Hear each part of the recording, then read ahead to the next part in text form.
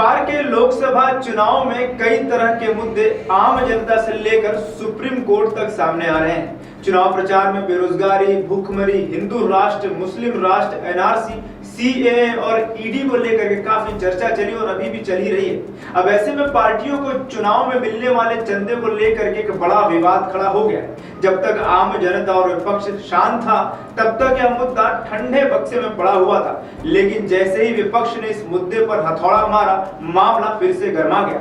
ये मामला electoral bond का है, नेताओं से जुड़े उनकी पार्टी के चंदे का है, एसबीआई के झूठ और सच का है और काले धन का है।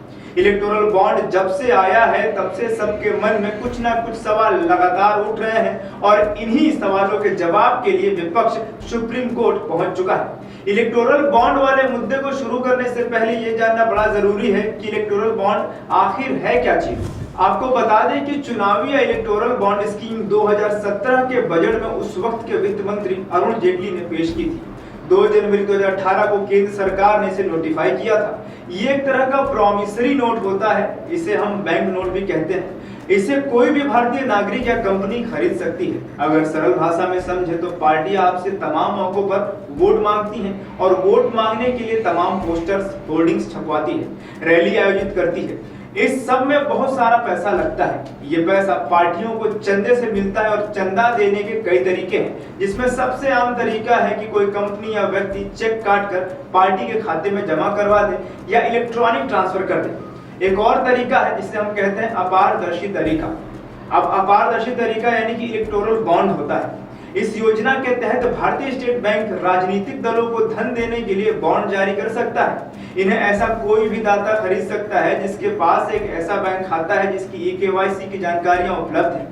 इलेक्टोरल बॉन्ड में भुगतानकर्ता का नाम नहीं होता है। योजना के तहत भारतीय स्टेट बैंक की निर्दिष्ट शाखाओं से 1000 रुपए से लेकर के 10,000 रुपए, 1 लाख रुपए से लेकर के 10 लाख रुपए और 1 करोड़ रुपए से लेकर के किसी भी मूल्य के इलेक्टोरल बॉन्ड खरीदे जा सकते हैं। चुनावी बॉन्ड्स की अवधि केवल 15 दिनों की होती है, जिसके दौरान इसका इस्तेमाल सिर्फ जन प्रतिनिधित्व अधिनियम द्वारा पंजीकृत राजनीतिक दलों को दान करने के लिए किया जा सकता है। केवल उन्हीं राजनीतिक दलों को इलेक्टोरल बॉन्ड के जरिए चंदा दिया जा सकता है जिन्होंने लोकसभा या विधानसभा के पिछले आम चुनाव में वोट डाले हों, उन्हें कम से कम 1% वोट हासिल किया।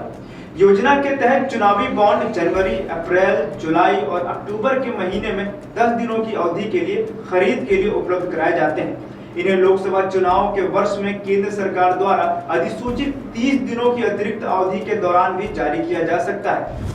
अब आते हैं मुद्दे पर। इलेक्टोरल बॉन्ड के आते ही विपक्ष में खलबली मच गई।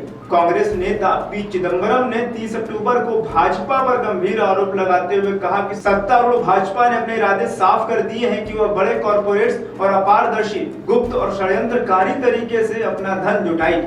कांग्रेस ऐसे किसी भी विचार का विरोध करती है। हम पारदर्शी और लोकतांत्रिक तरीके से फंडिंग में यकीन रखते हैं। वहीं चिदंबरम के बयान पर पलटवार करते हुए बीजेपी के IT cell head Amit Malviya ने कहा कि कांग्रेस ज्यादा पारदर्शी और लोकतांत्रिक पॉलिटिकल फंडिंग सिस्टम को लागू करने की कोशिशों का विरोध करती है। सच्चा लोकतंत्र तब है जब छोटे व्यापारी और बड़े कॉर्पोरेट किसी भी पार्टी को डोनेशन दे सकें। अगर कोई अलग पार्टी सत्ता में आती है तो उन्हें अपने से बदला लिए जाने का डर ना हो। इसके बाद इलेक्टोरल बॉन्ड के सपोर्ट में attorney general of India of Venkat Ramani ने भी 29 अक्टूबर को सुप्रीम कोर्ट से कहा कि संविधान के नागरिकों को इन फंड्स का सोर्स जानने का मौलिक अधिकार नहीं दिया गया है। उन्होंने कोर्ट को चेतावनी दी कि इलेक्टोरल बॉन्ड को रेगुलेट करने के लिए पॉलिसी डोमेन में ना आए। यह स्कीम किसी भी व्यक्ति को मौजूदा अधिकारों का उल्लंघन नहीं करती। साथ ही यह स्कीम डोनर्स को पहचान उजागर न करने की सुविधा भी देती है। ये क्लीन मनी के डोनेशन को बढ़ावा देता है। इसमें डोनर अपने टैक्स के दायित्व को जानेगा। उन्होंने कहा कि यह स्कीम किसी भी प्रकार के अधिकारों का उल्लंघन नहीं करती है। अर्टीना ने आगे कहा कि कोर्ट राज्य की कार्रवाई की समीक्षा केवल तभी कर सकता है जब मौजूदा अधिकारों का टकराव हो। वेंकट रमणी के मुताबिक नागरिकों को यह अधिकार तो है कि वे उम्मीदवारों की क्रिमिनल हिस्ट्री जाने, लेकिन इनका यह मतलब नहीं है कि उन्हें पार्टियों की इनकम और पैसों के सोर्स के बारे में जानने का अधिकार है। आपको बता दें कि अरुण जेटली ने 2017 में इसे पेश करते हुए वक्त दावा किया था कि इसमें राजनीतिक पार्टियों को मिलने वाली फंडिंग और चुनाव व्यवस्था में पारदर्शिता आएगी। ब्लैक मनी पर अंकुश लगेगा। वहीं विरोध करने वालों का कहना था कि इलेक्टोरल बॉन्ड खरीदने वालों की पहचान जाहिर नहीं की जाती है, इससे ये चुनाव में काले धन का इस्तेमाल कर सकते हैं। बाद में योजना को 2017 में ही चुनौती दे दी गई, लेकिन सुनवाई 2019 में शुरू हुई। 12 अप्रैल 2019 को सुप्रीम कोर्ट ने सभी पॉलिटिकल पार्टियों को निर्देश किया कि वे 30 मई 2019 तक में एक लिफाफे में चुनावी बॉन्ड से जुड़ी सभी जानकारी चुनाव आयोग को दें। हालांकि कोर्ट ने इस योजना पर रोक नहीं लगाई। बाद में दिसंबर 2019 में याचिकाकर्ता एसोसिएशन फॉर डेमोक्रेटिक रिफॉर्म्स यानी कि एडीआर ने इस योजना पर रोक लगाने के लिए एक आवेदन दिया। इसमें मीडिया रिपोर्ट्स के हवाले से बताया गया कि किस तरह चुनावी बॉन्ड योजना पर चुनाव आयोग और रिजर्व बैंक की चिंताओं को केंद्र सरकार ने दरकिनार किया था। भारत की 3 बड़ी संस्थाओं ने इलेक्टोरल बॉन्ड को गलत बताया था, जिसमें सुप्रीम कोर्ट, चुनाव आयोग और आरबीआई ने इस पर अपनी टिप्पणी भी दी थी। सुप्रीम कोर्ट ने कहा था कि इलेक्टोरल बॉन्ड्स के जरिए काले धन को कानूनी किया जा सकता है, विदेशी कंपनियां सरकार और राजनीति को प्रभावित कर सकती हैं। चुनाव आयोग का भी कहना था कि चंदा देने वालों के नाम गुमनाम रखने से पता लगाना संभव नहीं होगा कि राजनीतिक दल ने धारा 29B का उल्लंघन कर चंदा लिया है या नहीं। विदेशी चंदा लेने वाला कानून भी बेकार हो जाएगा। वहीं आरबीआई ने कहा कि इलेक्टोरल बॉन्ड्स मनी लॉन्ड्रिंग को बढ़ावा देगा, इसके जरिए ब्लैक मनी को व्हाइट करना संभव हो जाएगा। इलेक्टोरल बॉन्ड को लेकर सुप्रीम कोर्ट में वकील प्रशांत भूषण का आमना सामना जस्टिस खन्ना और जस्टिस गवई से हुआ, जिसमें कोर्ट रूम में लाइव बातें भी सामने आई हैं। कोर्ट रूम में प्रशांत भूषण ने कहा कि केंद्रीय सत्तारूढ़ दल ने कुल योगदान का 60% से ज्यादा मिला है। अगर किसी नागरिक को उम्मीदवारों, उनकी संपत्ति, उनके आपराधिक इतिहास के बारे में जानने का अधिकार है, तो उन्हें यह भी पता होना चाहिए कि राजनीतिक दलों के कौन कौन फंडिंग कर रहा है।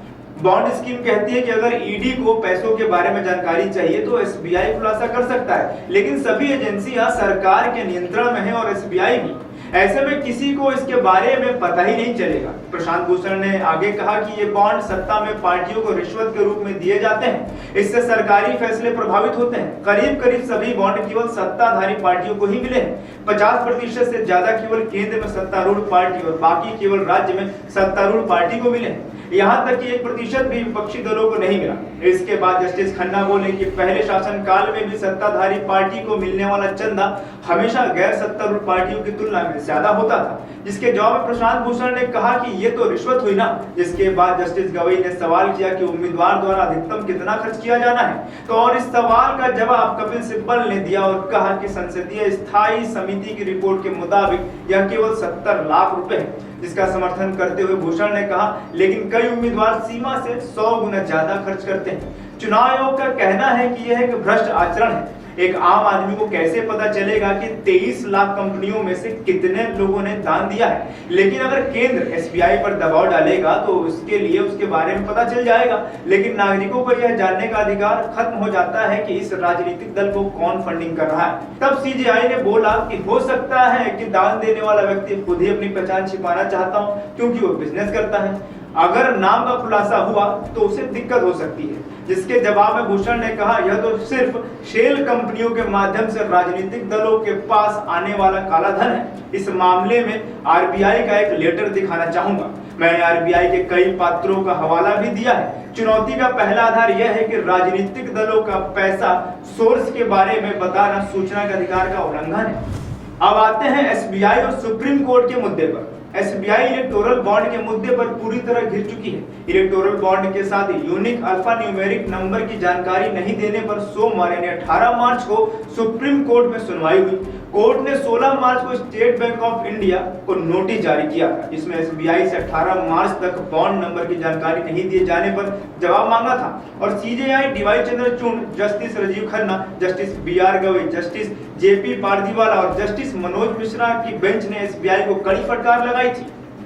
सीजेआई ने एसबीआई के वकील हरीश साल्वे से कहा कि हमने कहा था कि सारी डिटेल्स सामने लाइए, इसमें बॉन्ड नंबर्स की बात भी थी। इन जानकारियों का खुलासा करने में एसबीआई सिलेक्टिव ना रहे और हमारे आदेशों का इंतजार ना करे। सीजेआई ने आगे कहा कि एसबीआई चाहती है कि हम उसे बताएं कि किन जानकारियों का खुलासा करना है और वो जानकारी दे देंगे। एसबीआई के रवैये से तो यही लग रहा है, ये उचित नहीं है।